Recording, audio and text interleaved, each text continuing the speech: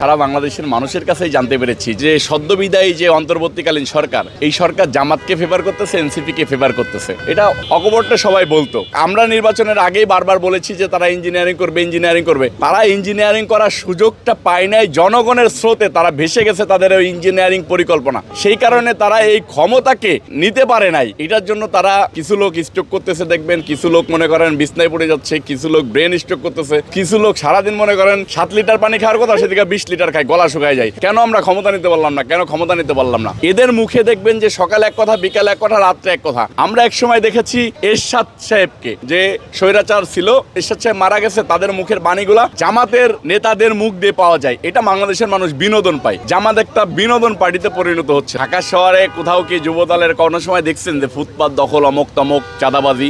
আমরা সবসময় বিএনপির চেয়ারম্যান, বর্তমান প্রধানমন্ত্রী তারেক রহমান সাহেবের নির্দেশনা মেনে এমন ভাবে কঠোর হয়েছি যে একটা যুব দলের ছেলে তারা যে সঠিক ওয়েতে ব্যবসা করবে, ফেয়ার ব্যবসা করবে, সেই জিনিসটাও ভয় পাচ্ছে যে আমরা মনে হয় কোনো কিছু করতে গেলে আমাদেরকে বহিষ্কার করে দেবে। আমরা জিরো টলারেন্সে আছি এবং আমরা নিজেরাই আইনের প্রতি শপথ করে দিই। আমরা কেউ যদি বিপদগামী হয়ে যায়, বহিষ্কারের সাথে সাথে লিখে দিই যে আইনের আওতায় আনার জন্য পুলিশ প্রশাসনকে আহ্বান জানানো হচ্ছে।